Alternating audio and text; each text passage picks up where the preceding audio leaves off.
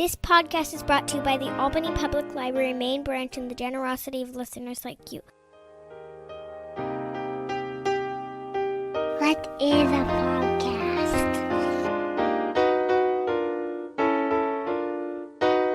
God, Daddy, these people talk as much as you do.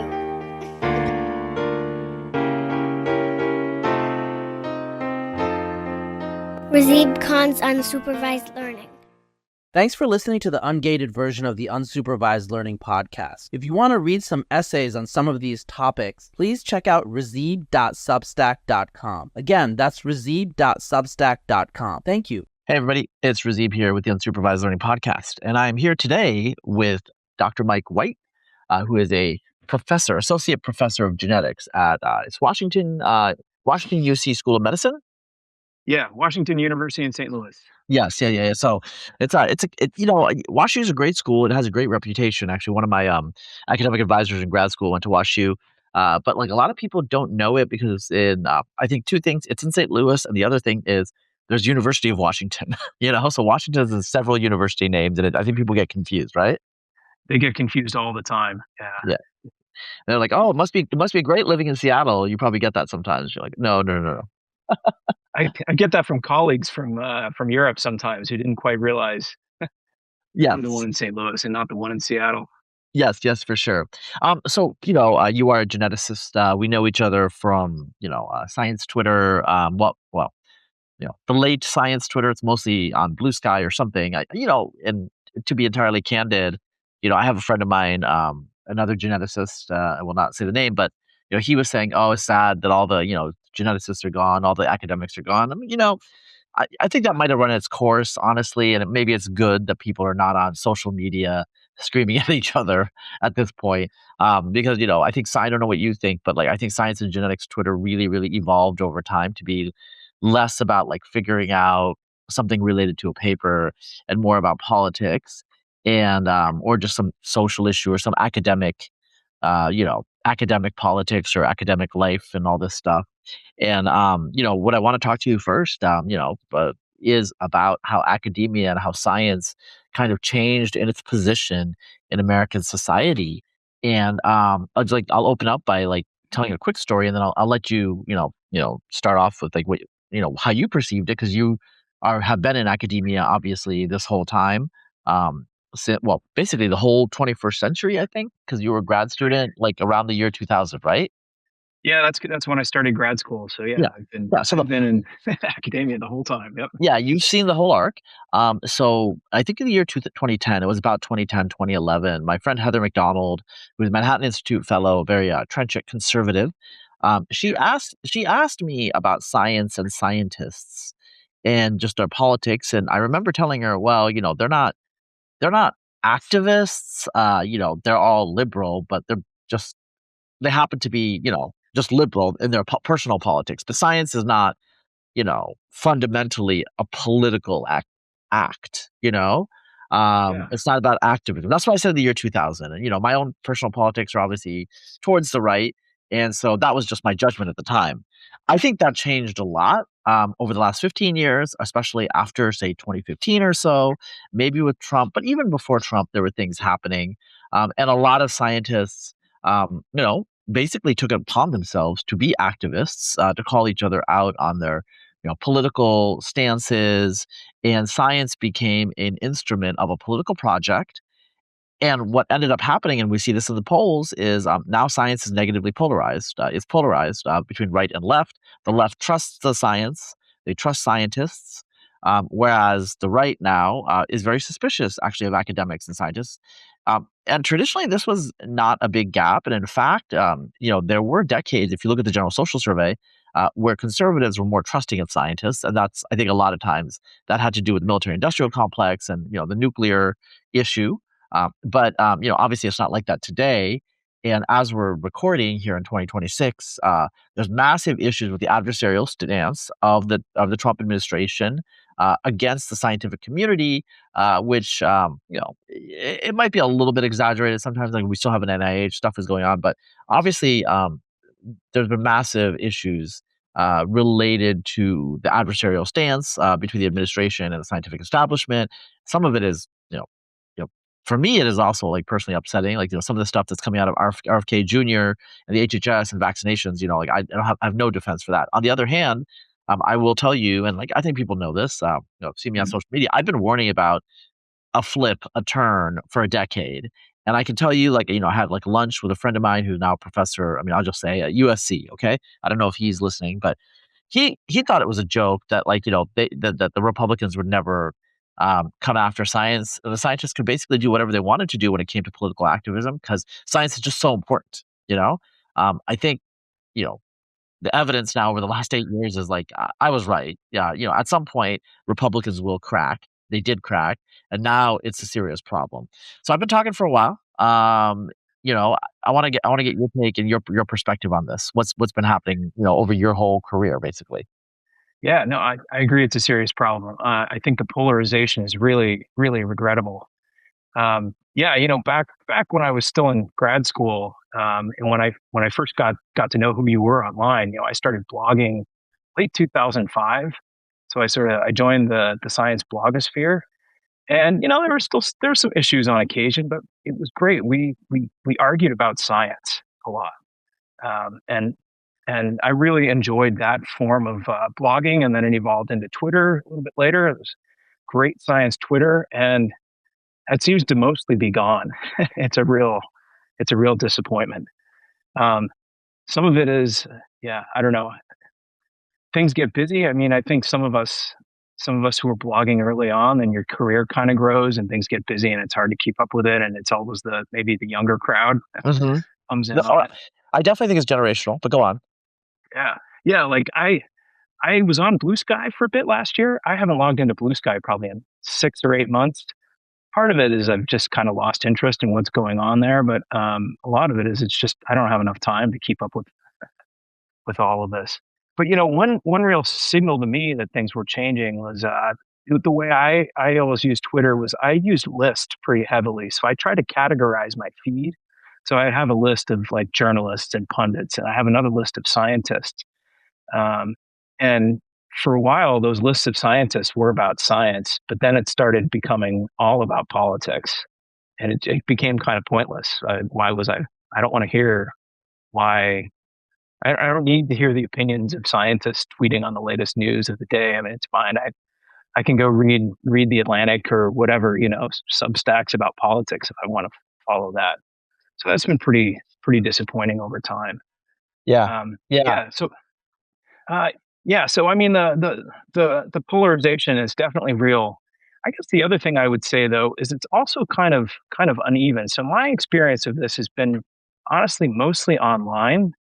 The way things have worked out day to day in my life, day in and day out in the lab, talking to colleagues, working with students, going to meetings, very little has actually changed.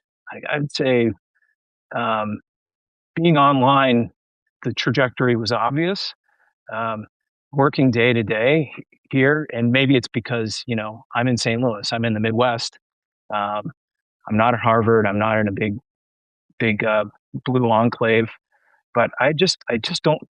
There's a disconnect between some of the extremism I see online, or some of the angry opinions and the polarization I see there, and then just what goes on in our lab meetings, in our, in conferences. I go meet people from around the country, around the world, and we just talk about science. We're not really talking about politics or any of that. Yeah, no, and so it kind of.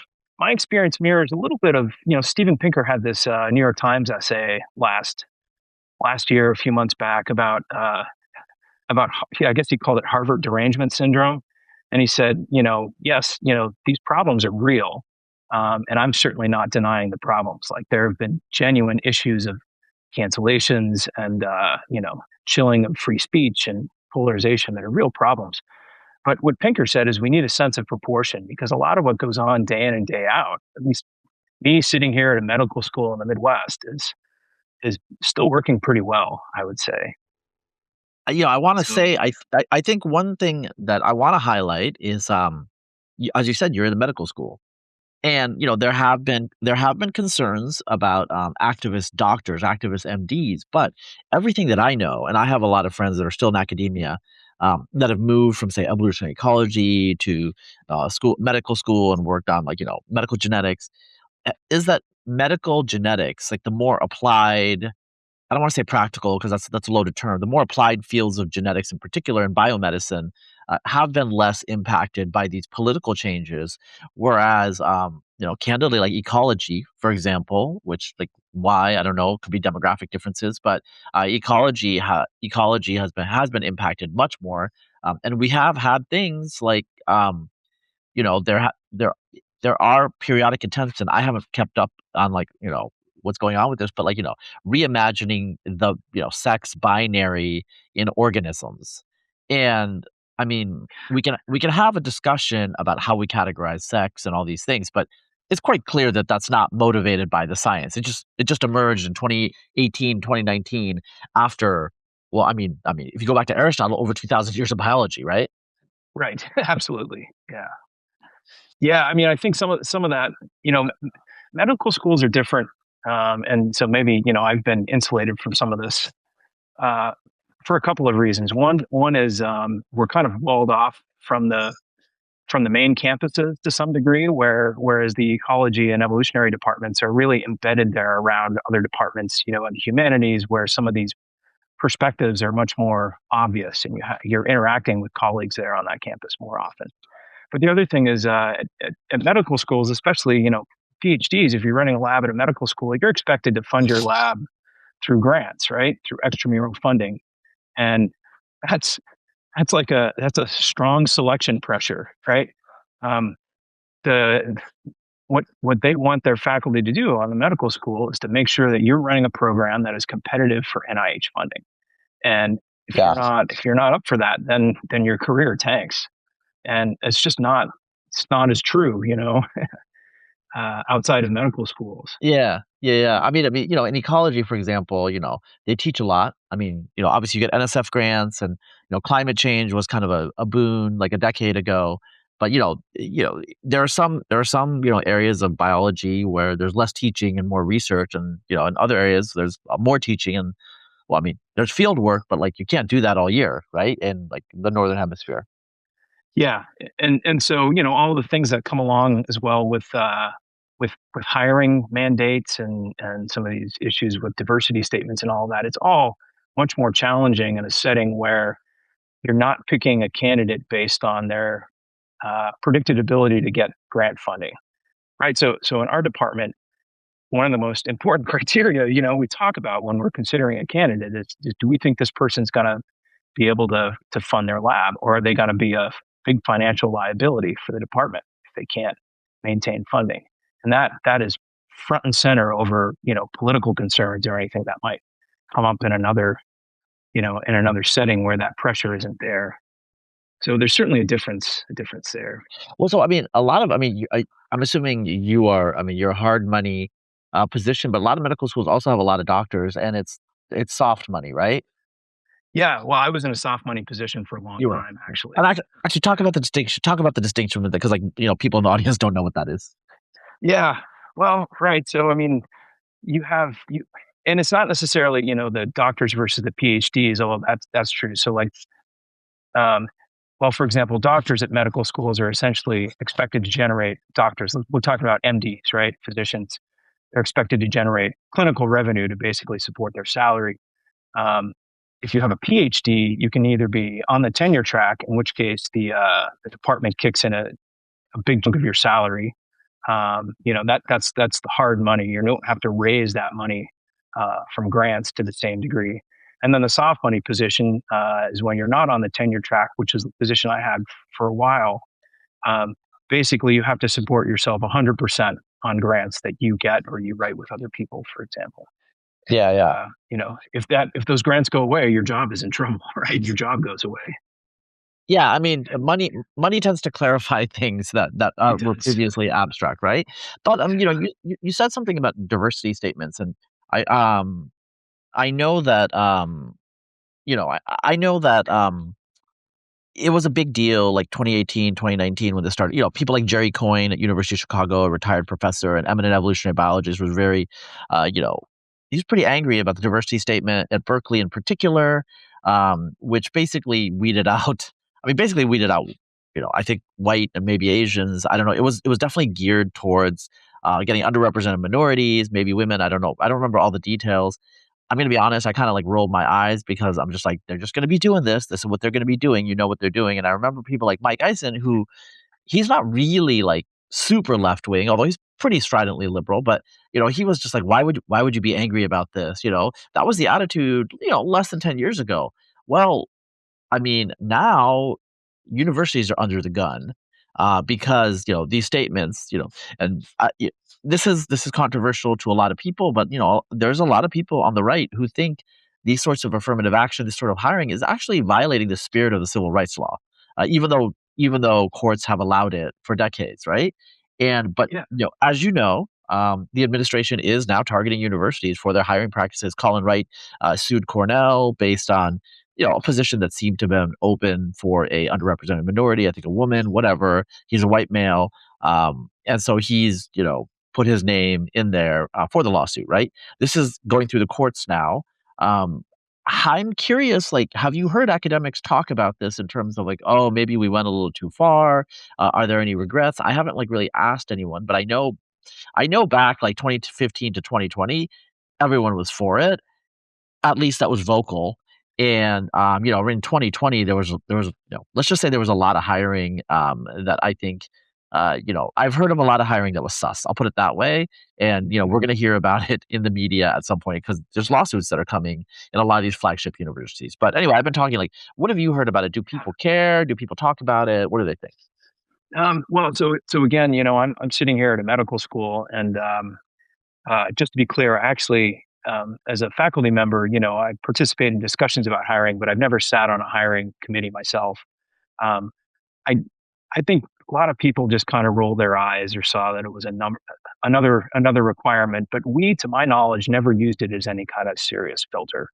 Right? If you look at our hiring in our department or even at our medical school over the last 5, 6, 7 years, it's clear if you're a white man, you can still get hired, but we also hire people who aren't white men.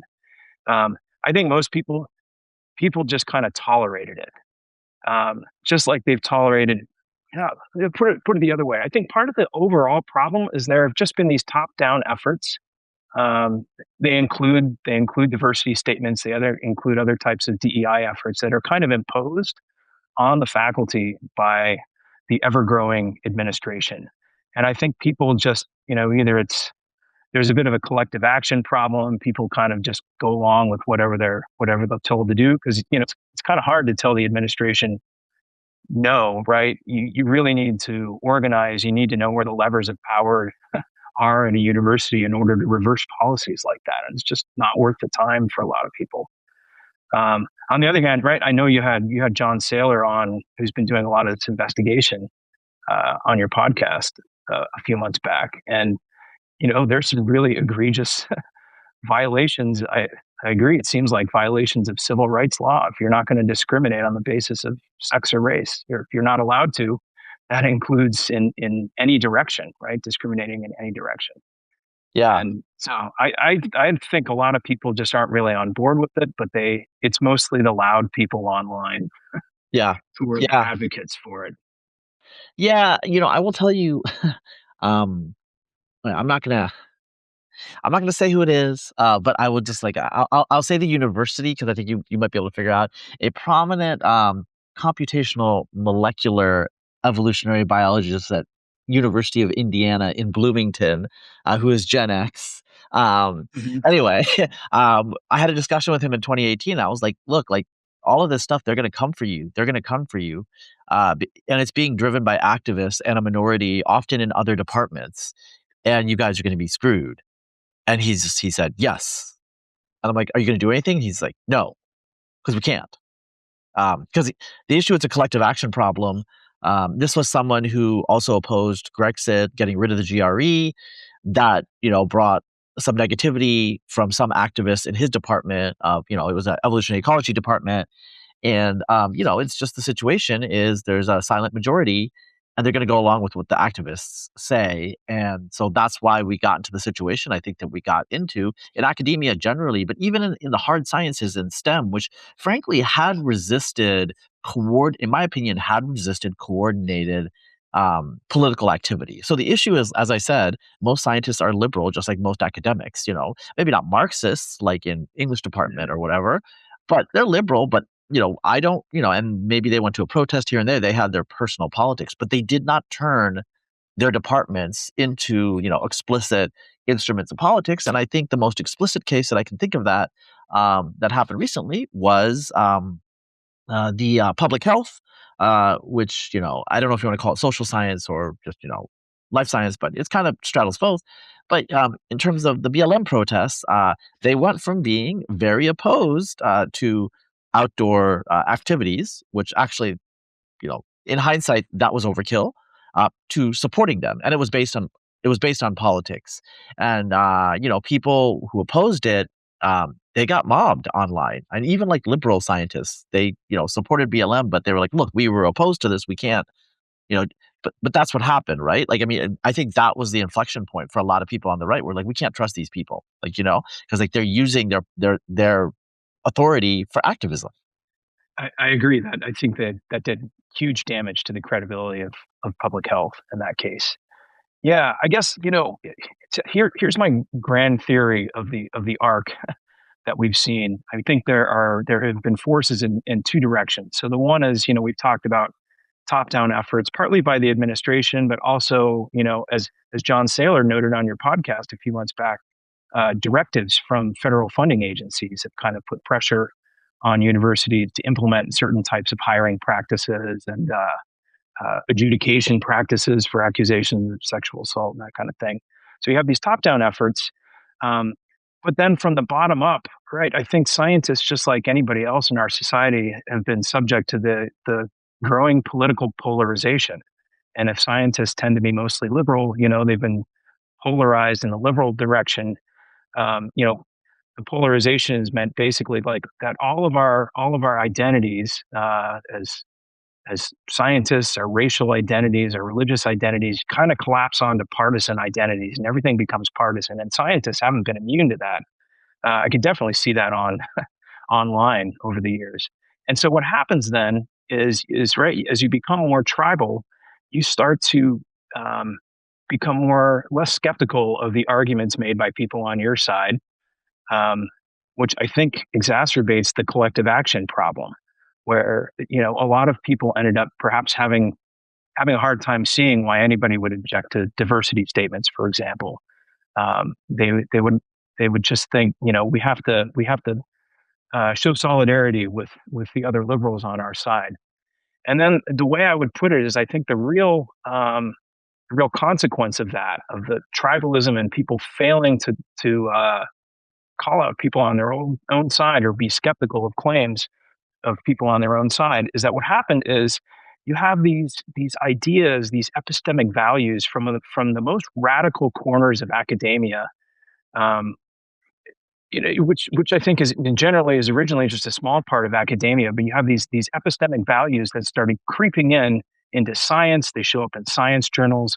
They show up in these declarations various departments would make about decolonizing, our field, decolonizing chemistry, or you get these statements of solidarity. And so, I think these epistemic values that are really antithetical to science sort of creeped in, and we accepted them credulously just because they were on our side.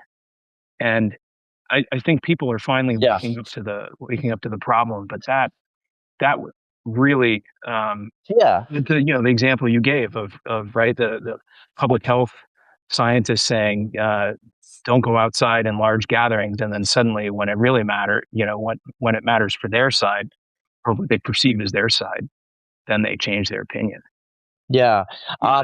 Changing your opinion like that's classic. That's what I mean by the epistemic values, where what's true depends on the situation of the person making the claim, and not whether there's evidence to support it.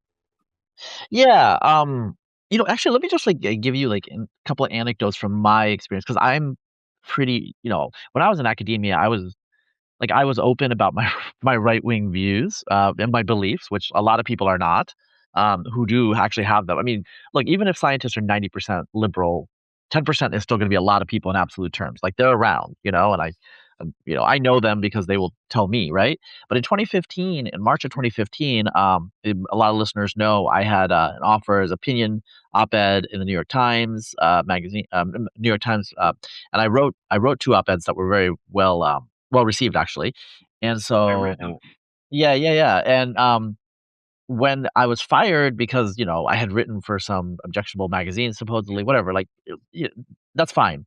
Um, Science Twitter mostly defended me, actually, almost like there are a couple of people didn't, but like mostly Science Twitter, especially genetics Twitter, and I mean, look, I've been around for a long time, and I've been writing about genetics, and I can tell you, like, you know, there's a lot of people that read my blog, a lot, okay, and so people knew who I was.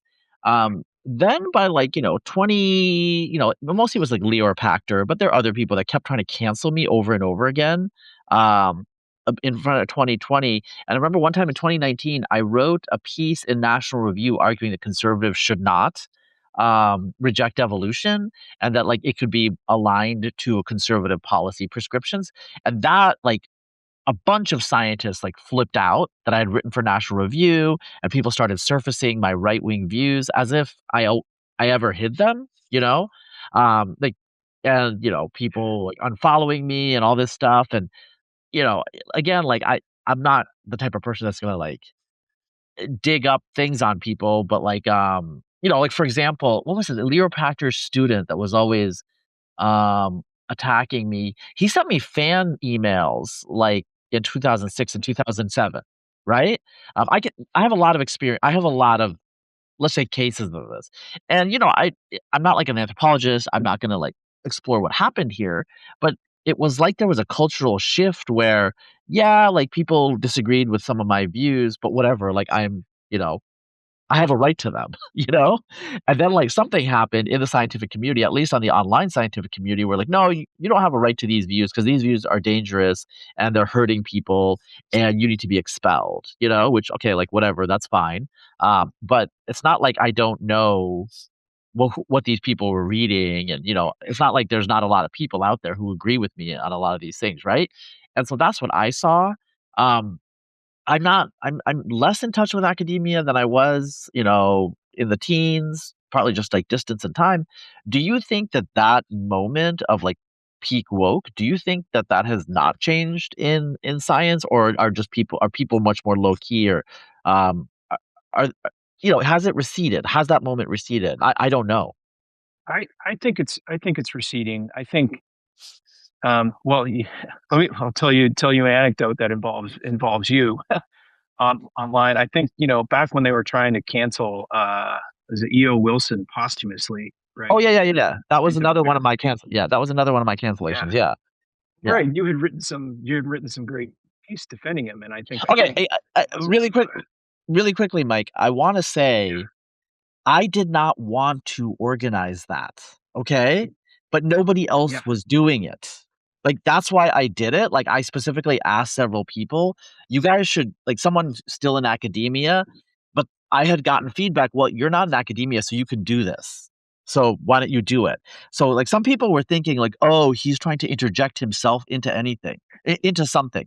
But those people, a lot of those people that signed, and some of the people that took their names off because they were scared, they wanted me to do that, right? So I'm just gonna put that out there, which I don't think I've explicitly said, but, that was not my idea. It was something that came up in some emails, and I decided to do it because everyone else was scared to. Anyway, go on.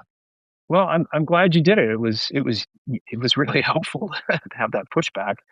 And I tweeted something positive about it. I got all these DMs from people, just appalled. DMs on Twitter. Nobody I knew in real life, right? Not a single person in real life spoke to me about it. But I was getting these DMs from these people, and their arguments were ridiculous. And they were things that, like, yeah, you could written for National Review or Quillette of all places, right?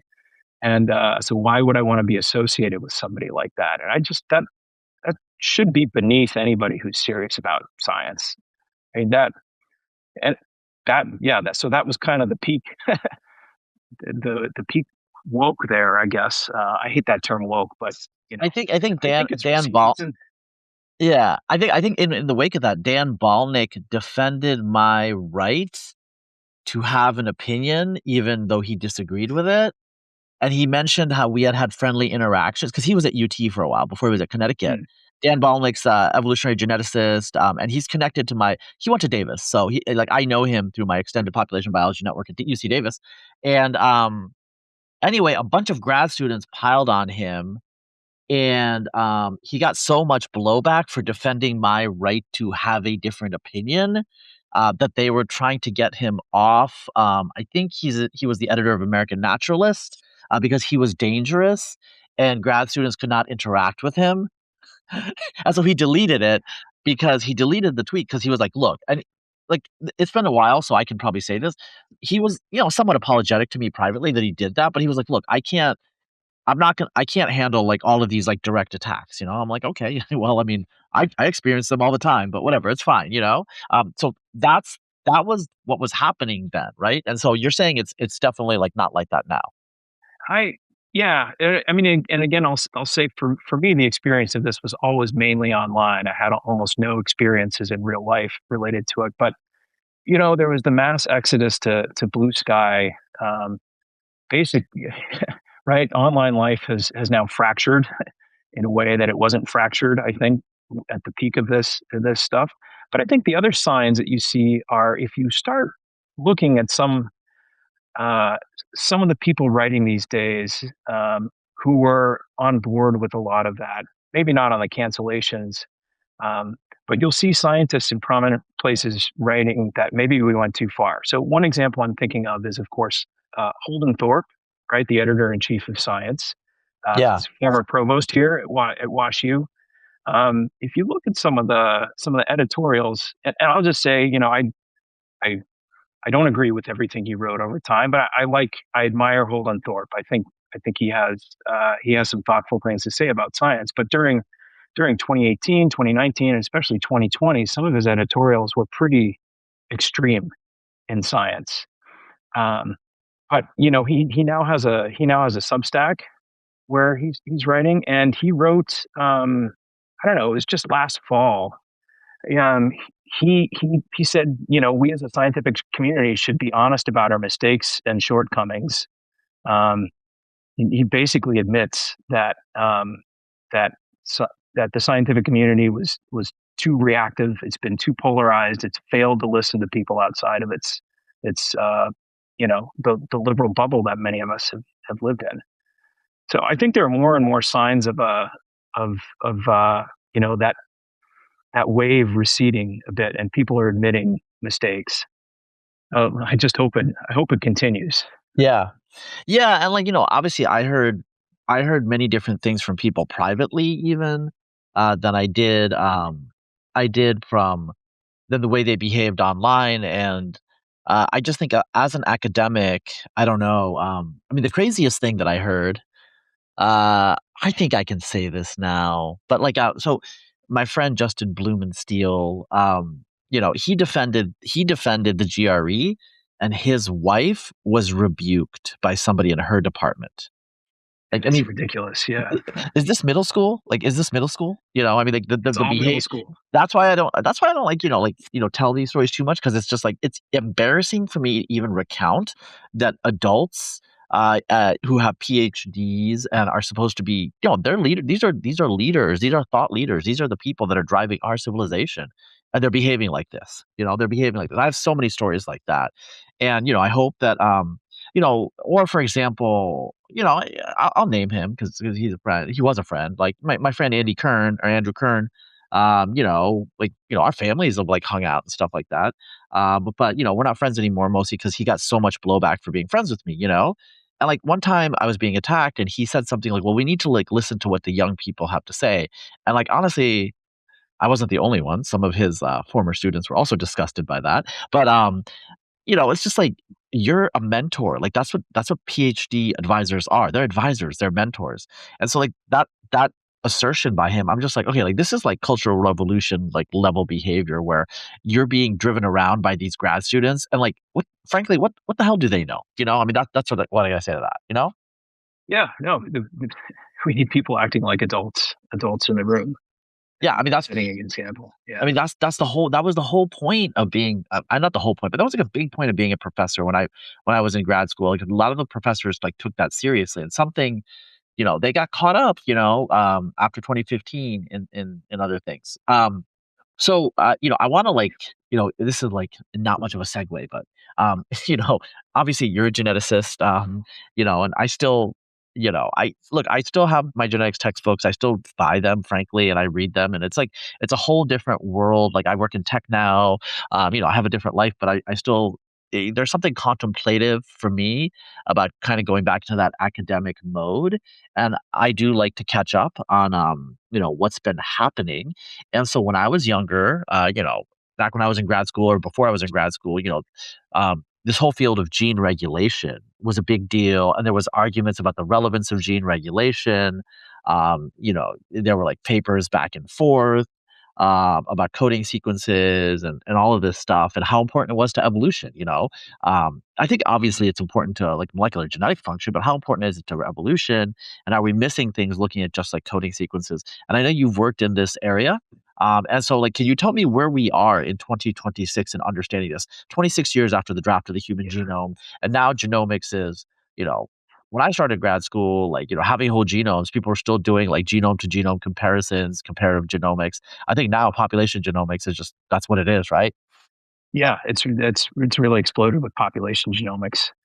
Um, yeah, I I think the technologies have advanced quite a lot, right? We have really, the explosion of new technologies to study gene regulation and the regulatory parts of the genome has been really impressive. In terms of understanding how it works, I think we're still a long ways away.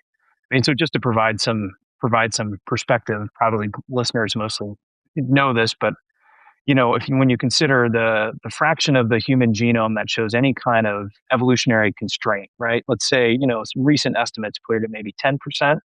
Um, what that means is that the protein coding part of the genome is less than 2%. So the overwhelming majority of the functional portion of the human genome is non-coding. It's not coding for genes, and much of that is the regulatory genome. And so it's absolutely first in terms of raw DNA sequence, there's much more regulatory DNA than there is protein coding DNA. But the other piece of this is that it's much harder to understand how it works, right? People cracked the genetic code in the 1960s, and it's pretty easy to read protein coding DNA sequence. You just sort of look up your codons, your three bases in the genetic code, and you kind of know what the amino acid sequence comes out. When it comes to gene regulation, I don't think we still haven't made a ton of progress in understanding what it is about a DNA sequence that makes it capable of regulation. And then, you talked about population genetics. So, right. So a lot of human genetic variation that impacts our risk for disease and our health certainly appears to lie in regulatory regions. And we just really generally don't understand how that works very well. There's the big paper that came out last week in Nature is this AI model, Alpha Genome, right?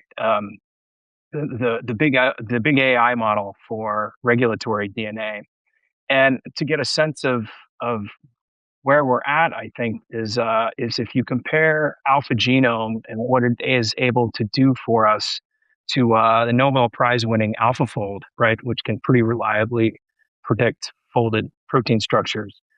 Alpha Genome is not going to win the Nobel Prize anytime soon. It's an excellent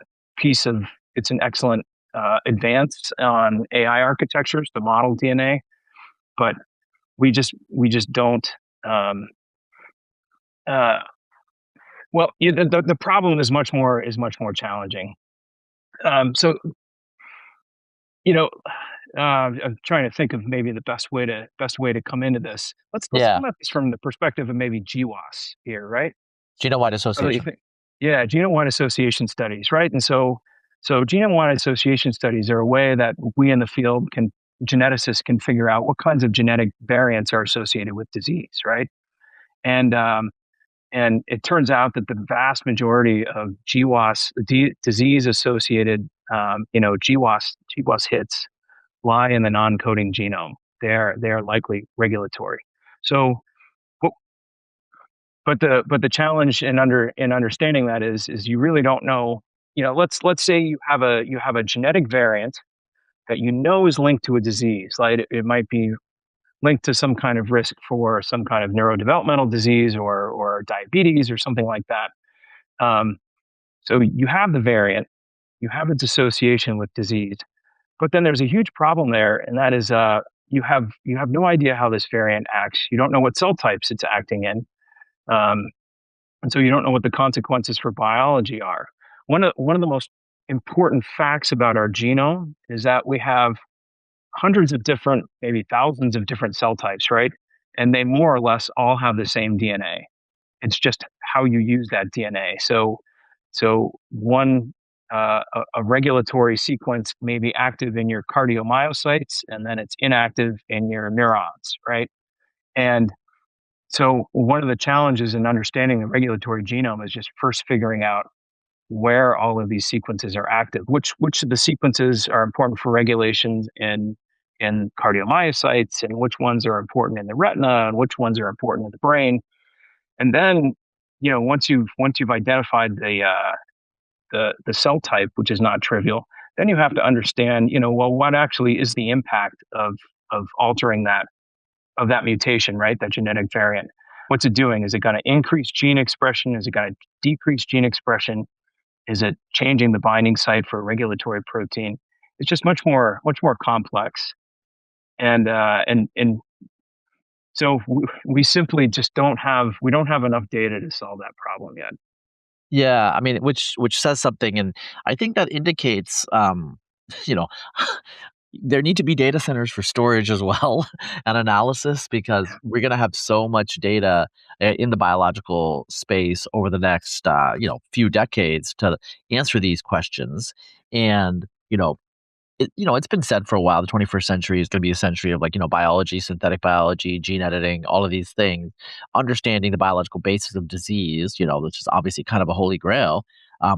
But it turns out that just having a single human genome, for example, even a reference genome, didn't really do, I think, what Francis Collins and Craig Venter, but particularly Collins, I think, were claiming in the, around the year 2000, right? I mean, what do you think about, was the human genome overhyped? I think it was and it wasn't, in terms of in the short term, obviously, having a single genome, what does it tell you, But the reality is it's the foundation for, I think, understanding biology, biological processes in the 21st century. What do you think about that? Yeah, well, I completely agree that having a single genome is inadequate, right? And I think people even knew it at the time, right? There was this HapMap project, which is one of the early big projects that tried to get at human genetic variation. Yeah, I think people may have overpromised in the short term, but in part, I think their overpromises in a paradoxical way reinforce why we needed the Human Genome Project. And that is, I think there's just so much that we were just blind to before the human genome came out, and then everything that we've learned based on the tools that spun out of the Human Genome Project. The regulatory genome was basically invisible, almost completely invisible. We didn't know what sequences we had no way of finding most of the sequences in the genome that are regulatory. We literally didn't have a map, right? We use the metaphor of the map, but it's so accurate when it comes to that sort of thing. There was no map at all. And I think the other piece of it is that we didn't have the ability to make the kinds of measurements we need, right? So there's this, many of the listeners will be familiar, right, with this technique called RNA-seq, just basically sequence. If you want to know how much a gene is expressed, how much it's on, in one cell type versus another. You just extract the RNA and you kind of count the number of times each sequence shows up, and it tells you, it's a measurement of how much a gene is being transcribed. So many of our measurement tools these days depended on having a reference genome in the first place. Sequencing DNA and RNA sequencing is like a microscope, right? It's not just a map. The reference genome is a map, but now it's also a measurement tool. People are often interested in one of the hot areas is the microbiome, right? And it turns out that maybe the ecosystem of bacteria in your gut can have an impact on your health. Well, that was largely invisible without sequencing, right?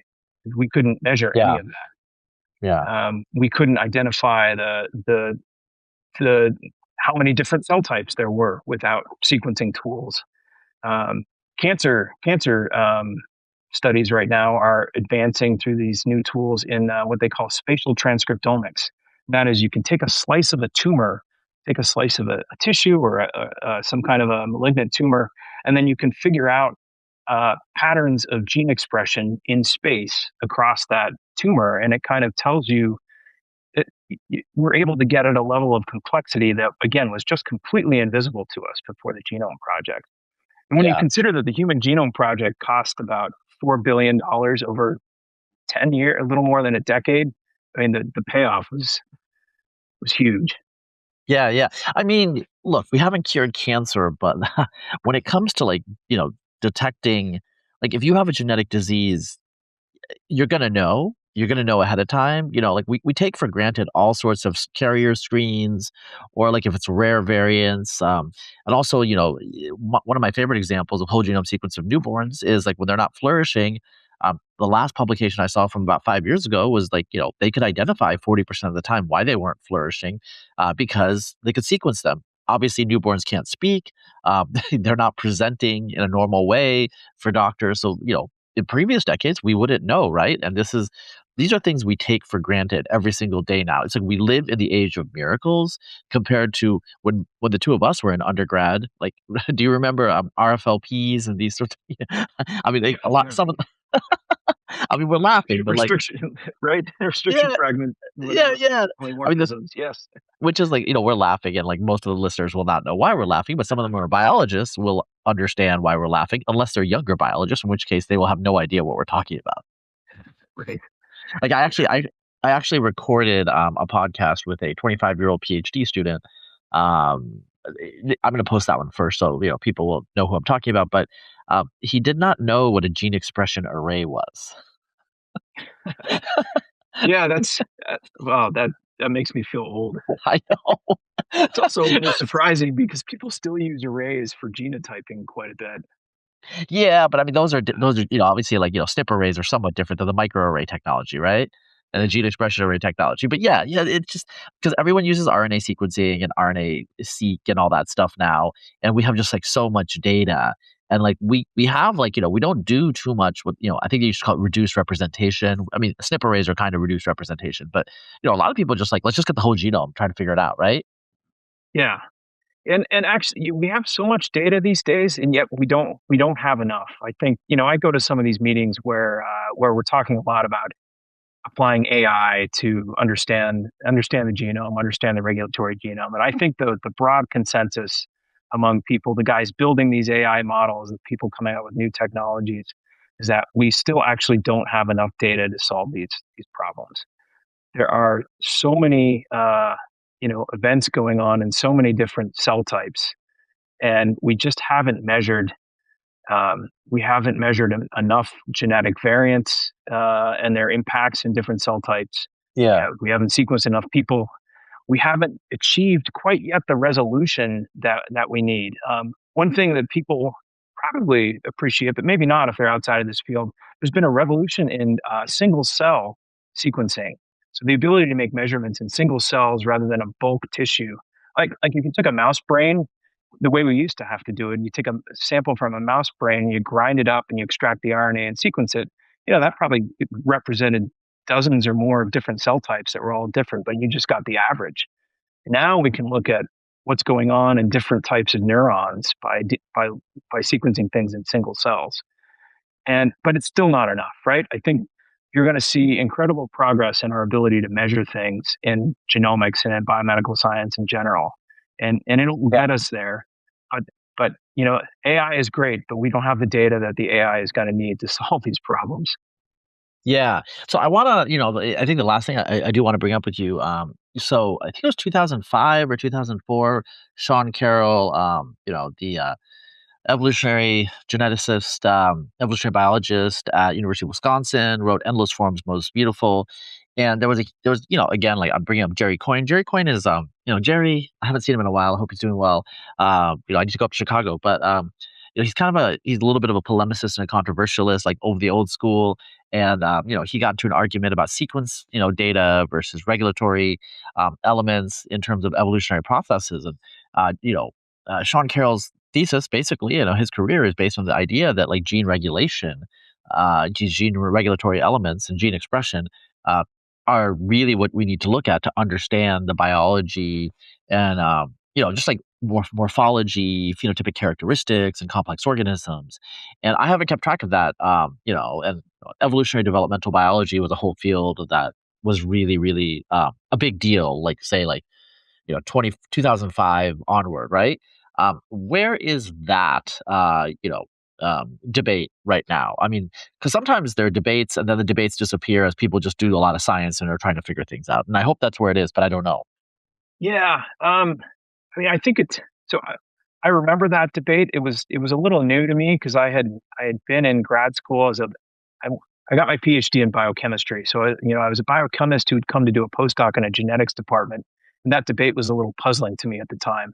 But there was a grad student in the lab who read all those papers between Sean Carroll and Jerry Coyne, and I think that debate has died down to some degree. But I think as we've been able to look at more organisms, there's, for example, we had this big, in 2023, I think published in Science, there's a big zoonomia project where they had sequenced like 240 mammalian species, and you could make evolutionary comparisons there.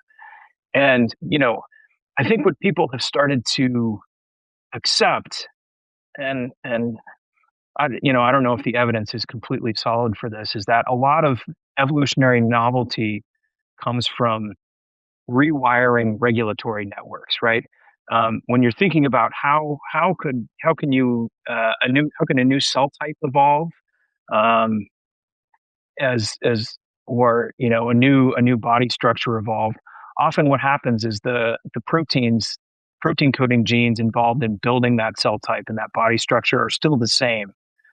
Remain largely the same, but how they're regulated changes. So that, I think there are a lot of pretty good examples of that. And so that's in favor of the regulatory evolution side of things. On the other hand, it's also clear that a huge force in evolution still is gene duplication, right? Protein coding genes will duplicate, and then either one of the duplicates will be lost or they'll diverge in their function. And so there's clearly a lot of evidence for functional divergence. Talking about regulatory DNA, there are these regulatory proteins that bind to regulatory DNA, right, called transcription factors that I know you know about, and many of your listeners probably know about it. So, divergence in function of transcription factors through gene duplication, I think people think that also still plays a pretty big role in evolutionary novelty. Okay. So I don't know if anybody's won the debate. Yeah, it sounds like they're doing science instead of talking. And I will say, remember the neutral theory debate, and in the 1970s, I think a lot of that was just due to the fact that the field was data poor, and so people are just arguing about philosophy and kind of reaching for conclusions based on having not enough data. And I don't think people debate that sort of stuff too much anymore because everyone's just sequencing and trying to figure out for each lineage whether it's how much of it is drift and how much is genetic draft, how much of it is selection, what's purifying selection. There's just so much to do, right? And it sounds like in terms of the gene regulation debate, because of genomics, because of the amount of data that you're talking about, we're starting to be at a point where people just have too much to do to actually argue about these sorts of things, in journals or write books, back and forth or whatever. They're writing papers, they're publishing, right? Yeah, I think that's certainly part of it. There's just a lot of data, and things turned out to be a lot more complex than they might seem. Well, so I mean, you're I mean, I think you can say that you are mid-career now. Just in terms Yeah, of as an associate professor, you're not late career, obviously, but you're not early career anymore. I think you're past that. You're at a medical school. Obviously, you know, if you're an associate professor, usually, you are in the terminal, like this is your career, this is your profession. You're probably going to keep doing this until you retire, right? You never say never. I have yeah, friends who've left mid career for various reasons. Actually, like it's not mid career, but my friend Joe Pickrell, that I'm sure yeah. he left. He was at what was it? He was at like New York Genome Center, Right. yeah, Yeah, and yeah, he left. Like actually very abruptly because I asked him a year before he left how he felt about academia, and he was like, it's great. He liked it. And then like a year later he was like, no, I don't want to do this. So he left, and I think he had his own startup, Gen Cove, and now he's I think I can announce this because he's at Regeneron now. So and that happens. But you're in academia. What do you see, like what hopes do you have for academia going forward? Because it's going to go through some tough times. I mean, you're at WashU. You're in medical school. There's going to be money. It's not really that important that you have that many students. You're going to have medical students, but with the smaller generations, a lot of universities are going to face a cash crunch. And like as we talked about earlier, academia is now negatively polarized. So there's a lot of states where they're not going to be giving as much money to academics who are suspicious of academics, right? So on the one hand, there's going to be tough times compared to I think when you were coming up. But on the other hand, we're talking about like how much data we have. Sequencing gets cheaper and cheaper. We live. There's an embarrassment of riches in biology in terms of things to explore. Like, just tell me your big picture take going forward for the next couple of decades for your career, and the questions you're interested in. Think are going to animate academia and how the whole institution. And like there are things we could talk about, which like for example, academic publishing. I think academic publishing 20 years from now will be fundamentally different. We've been saying this for like 15 years, but I think it's gonna be one of those things. Things change slowly until they change fast. Like nobody's really yeah, happy with it, right? So, tell me about like your couple of decades predictions. yeah. Yeah. Okay, I'll try to make some big predictions. I mean, I think one is actually, a funding crunch. I don't think is necessarily going to be a new thing. So, when I was sort of when I was finishing up my postdoc and I had first gone on the job market, it was early in Obama's second term, and there was the sequester. I don't know if people remember that, but there were some pretty significant cuts to NIH funding, and it came at kind of a weird time where the NIH budget Congress had voted to double the budget in the late '90s, and they've been doubling it and been going up, and universities have been hiring, and then the trajectory reversed actually quite dramatically over a few short years. And there was a lot of angst over the job market at that time, who would get funding, and then I don't know, it came back. There are definitely going to be ups and downs. So I think research universities are going to be here in the long run. Um, but the job market will get better, it'll get worse, funding will get easier, it'll get harder. We just have to Yeah, try to ride it out. Um, I do think the polarization is certainly a problem we need to solve. And actually, looking forward, I'm kind of excited. I don't know, hopefully helping universities recommit to our core mission and just make it clear to everybody that this really should be science. Especially science should be for everybody. Anybody talented and motivated who wants to work in science should come to grad school, right? And we should make it a place where people don't feel like economic or political barriers or racial barriers or whatever sort of turn you off to it. We have to yeah, make it clear that it's for everybody. Um, but I don't know. I'm pretty excited about the advances in technology coupled with AI.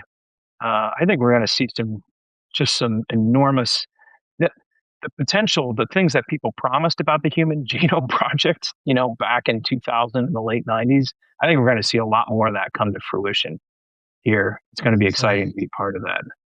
Yeah, You yeah. know, I mean, yeah. Go on. and then the last thing I was going to say is on the publishing side, I think, yeah, the journals are going to have to figure out how to adapt. I can tell you, basically, people in my field, in my circles, they read the preprints and then that's it. Like you read the preprint a year before the paper comes out, and like they already know what it is. Yeah, So yeah, it just really matters for your CV and not much else at this yeah.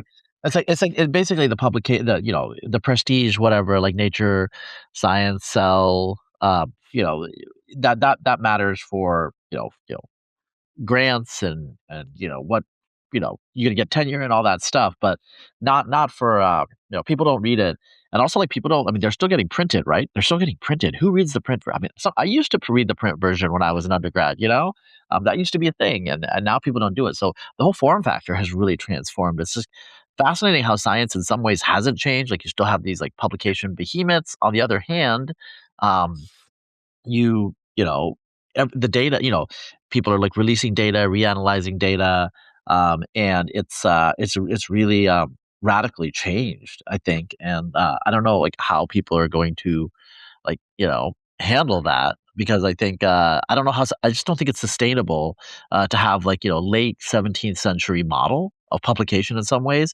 coupled with the internet. And also, I mean, look, the papers, I'm not saying papers need to be 50 pages long, but you know you're talking about preprints. A lot of times you just read the supplementary materials on the preprint, and that's literally 50 pages long. And if it's your field, like all of that stuff is in there and you want to read it. So of course you're not going to like, read the print version, because the print version is like 5 pages. That's a summary. It's a digest. Yeah. Yeah. I mean, in some cases, right, I think was it Science and Nature have literally gone to that model where some of the papers that they accept, they just publish them literally as digests, and even the 5-page version is now online only. Yeah. So, Well, yeah.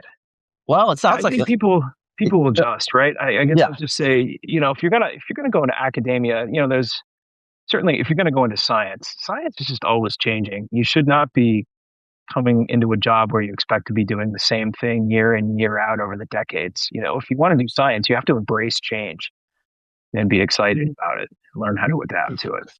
Otherwise, what are you doing, right? Y- Yeah, one of my mentors, I don't know if I think he's retired, but Bill Bradshaw, University of Oregon, he told a story once where it was like, he had a friend who wasn't like getting his grants approved anymore. And he's like, "Well, what's going on? Like, what are you doing for your grant applications?" And he was like, "Oh, it's just what I always do." And he was like, "That's why you're getting your grant application rejected. Like, you can't do what you always do for like 20 straight years. Like at some point people are like, oh, there are other questions out there, right? Like, and so I think it's just really funny that some scientists think that they can just do the same thing, or some academics think that they can do the same thing, but the reality is there's just so much out there. And it's about like discovering and moving on and like building these contingent networks of facts and knowledge and theories, right? Yeah, if you want to be at the frontier, you have to keep moving. You can't keep doing the same thing over and over. I honestly would get bored. I have a bunch of colleagues who say the same thing. One reason why they like doing what they do is because they would just be bored out of their minds in any other career. Yeah. They had to do the same thing over and over. Yeah, I think like for example, I think when you talk about like biologists, like a tenured biologist versus a physician, I have to say one of the things is like there's various differences, but I think scientists, I think academics have a bit of ADD, you know, and they go from thing to thing, and they're a little disorganized and a little chaotic and volatile. And I don't think that works as well if you're a physician. And so it's like a different personality profile. They're both intelligent, they're both interested in biological stuff, but I think a little bit of that ADD, it's kind of like having a hot chain or a cold chain in your MCMC, if you know what I'm Right. saying. Like do a little out sample testing, and see if you could like cross uh, the valley, and like not get stuck on a local optimum. I think that's what I like to think about. So yeah, it sounds like things are going well for you. It's been good catching up, and you know, getting a kind of like the temperature of academia. That was interesting to know, because it's been since the pandemic. I feel like I talked less, just at a personal to personal level, with my academic friends, partly because a lot of them were in lockdown. So that kind of like made it a little difficult. But I don't know. I mean, it, there are some difficulties as there are at any given time, but the ultimate, I think, truth that we can agree on is that, like, science as a culture, as an institution, has worked for many centuries now to create the modern world, and it will continue, and it is essential and it is necessary. So these are conversations that people need to have and solutions we need to figure out to go forward, right? Absolutely. And I think those of us who are scientists and who are academics, right, have an obligation to just make it clear that we seek to benefit everybody, right? Science brings broad benefits to society, and we shouldn't act like it belongs to one tribe or the other, or one political party or the other, because Yeah. that's a death sentence for for Well, science I and mean, academia and society. it's our common human, it's just like our common human birthright in a way, just like innovation, knowledge. That's how we're wired. We like to know things. We like to learn things. I mean, that's Homo sapiens, right? So, science in some ways is the pinnacle of that. The things that we know are just amazing. And we were talking about genomics, like I have myself sequenced, my whole extended family sequenced. The things that I know are just incredible, and it's sometimes you take it for granted, and it's good to reflect where we are, where we've been, and like where we could be, right? Yeah, I think there are good reasons to be optimistic. Um, despite the frustration and some of the challenges that we face right now. I mean, I'm pretty optimistic about the long-term trajectory of our society and of science in general. Well, it was great catching up with you, Mike. I guess I will see you on social media. And yeah, well, check out your publications, a link to your Google Scholar, the usual stuff. But it was great talking to you for the first time, and best wishes. And if I'm ever in St. Louis, I'll look you up. And if you're in Austin, just like call me. Absolutely, please do look me up if you come through. All right. I really appreciate the invitation. Thanks a lot.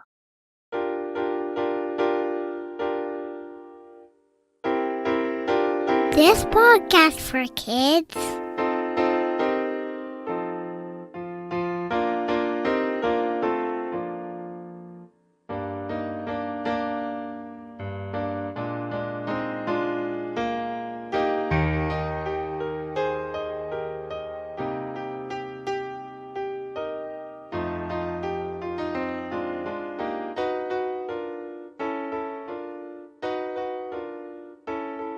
This is my favorite